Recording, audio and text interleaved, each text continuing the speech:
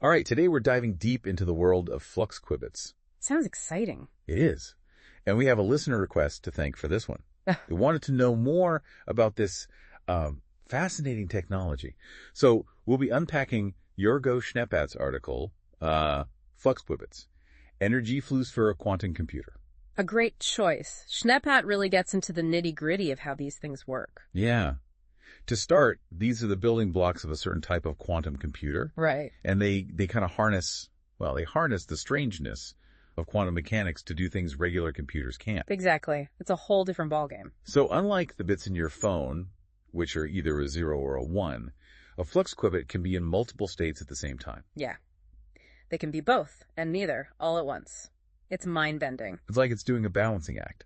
Now, Schneppat gets into how these Flux-Qubits are built using superconductors and magnetic fields, which sounds a bit complex. Can you give us a rundown on that? Sure. The key to understanding Flux-Qubits is grasping the idea of superconductivity.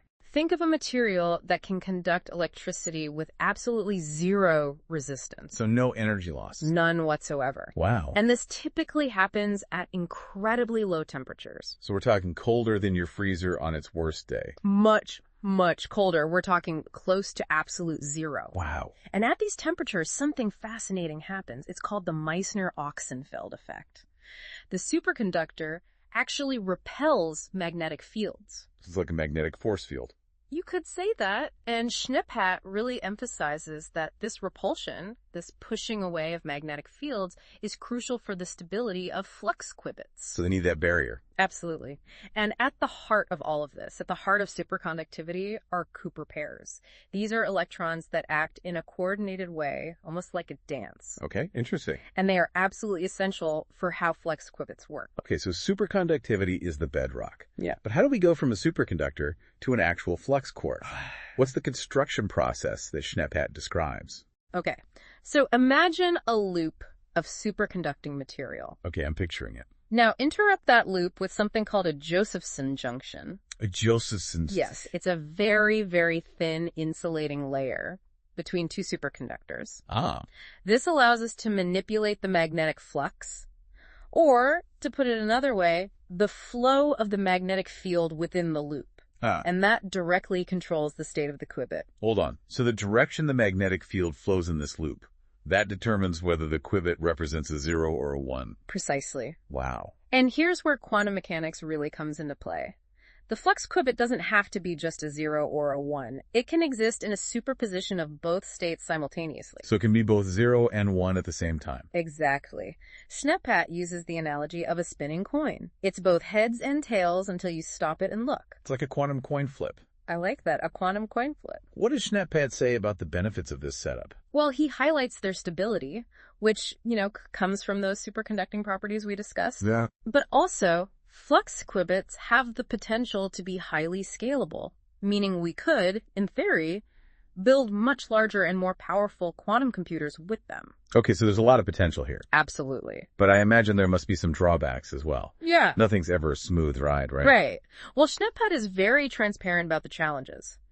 For one, making these superconducting materials in those tiny Josephson junctions is extremely difficult. I can imagine. It requires incredible precision. So we're talking nanoscale construction here. Precisely. Wow. And then there's the ever-present challenge of decoherence. Decoherence. Refresh my memory on what that means. Imagine you're trying to balance a spinning top on a moving train, the slightest bump, and it loses its balance. Yeah. Similarly, external factors like heat or electromagnetic radiation can disrupt the delicate quantum state of a qubit, causing it to lose its quantum properties. So basically, it's like the qubit forgetting it's supposed to be a quantum superstar. Exactly. It loses its mojo. And combating decoherence is a major hurdle. A major hurdle, not just for Flux-Qubits, but for the entire field of quantum computing. It sounds like, despite these hurdles, there's some serious excitement around Flux-Qubits. What's got people so fired up about them? What does Schneppat point to? One of the biggest draws is their potential to tackle complex optimization problems. Okay.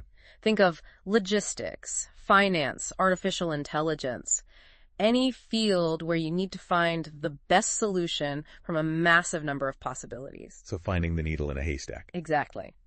And Schneppat specifically mentions companies like IBM and D-Wave.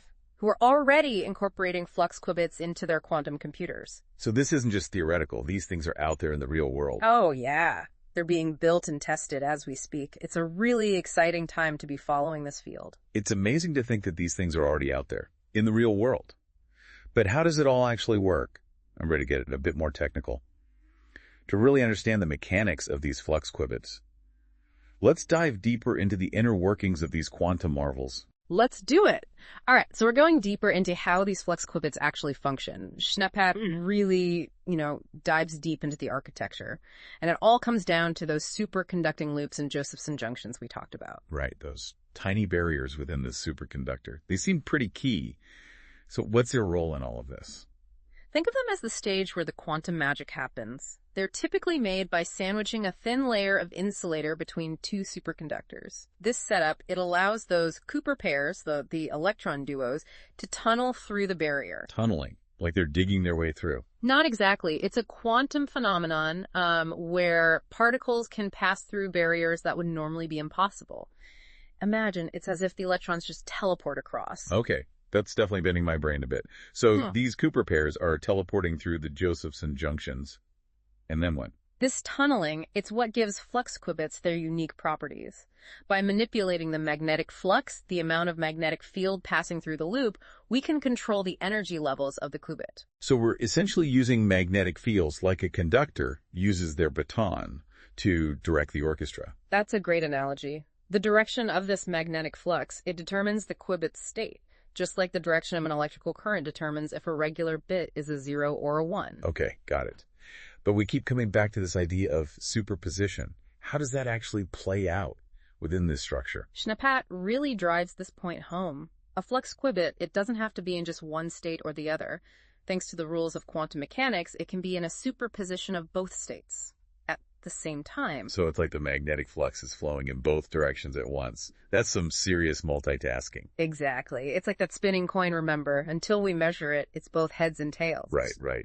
Okay, so we've got these loops, the junctions, and we're using magnetic fields to kind of orchestrate the qubit state. It's mind-boggling, but I'm starting to get the picture. Schnepphat also, spent quite a bit of time on the challenges, right? Yeah. Decoherence, in particular, seemed like a major villain in this story. Absolutely. Decoherence is a big one. He's very upfront about the fact that Flux-Qubits are incredibly sensitive to any disturbances. Even the slightest fluctuation in temperature or magnetic fields can make them lose their quantum coherence. So maintaining this delicate quantum state is a constant battle. Pretty much, yeah. So what are researchers doing to overcome these challenges? Well, Schnepphat points to a lot of ongoing research. One area is focused on improving the materials used to make these qubits, making them more robust. Other research is exploring ways to shield them from outside interference, almost like creating a safe haven for their quantum state. So it's a delicate dance between pushing the boundaries of what's possible and protecting these fragile quantum states. Exactly. And then there's the issue of scalability. Building a quantum computer with just a handful of qubits is one thing, but scaling it up to thousands or millions, which is what we'll ultimately need for truly powerful computations, that's a whole other ballgame. That makes sense. It's like we figured out how to bake a delicious quantum cupcake, but now we need to figure out how to make a whole quantum wedding cake. I like that. A very apt analogy. Connecting these qubits, controlling them with pinpoint accuracy, and protecting them from decoherence, all while keeping the system stable. It's a monumental task. So we've got the basic recipe, but scaling it up is where the real artistry comes in. You could say that. But, despite these challenges, the progress in the field is remarkable. Schnepphat is, he's optimistic that with continued effort, Flux-Qubits have the potential to really become a cornerstone of the quantum computing revolution. Well, after hearing all of this, I'm certainly convinced that something extraordinary is brewing. But, let's move beyond the theory and talk about the real-world implications. What can we actually do with these Flux-Qubit-powered quantum computers? What's the point of all this? That's where it gets really exciting. All right, so we've covered a lot of ground here. We've talked about the mind-bending physics behind Flux-Qubits, their reliance on superconductivity, and how they're constructed using superconducting loops and those Josephson junctions. Yeah. And of course, we dove into the challenges, things like decoherence and that monumental task of scaling these systems. Yeah. But before we wrap up, I'd love to revisit some of those potential applications. Where does Yergo Schnepphat see this technology making a real-world impact? Well, Schneepat highlights several areas where Flux-Qubits could be, well, transformative, really. One of the most promising is solving complex optimization problems. You know, the kind that pop up everywhere, from finance and logistics to drug discovery and material science. Right, we talked about that earlier. Finding the needle in a haystack of possibilities. Exactly. But can you give me a specific example of how this might actually play out in the real world? Sure. Imagine you're a pharmaceutical company developing a new drug. You need to analyze millions of molecular combinations to find the one that's most effective and has the fewest side effects. Right. A classical computer might take years to sift through all those possibilities, but a quantum computer, leveraging the power of superposition, could potentially do it in a fraction of the time. So we're talking about accelerating the drug discovery process exponentially. Yeah, potentially. It could be a game changer for treating diseases. Wow.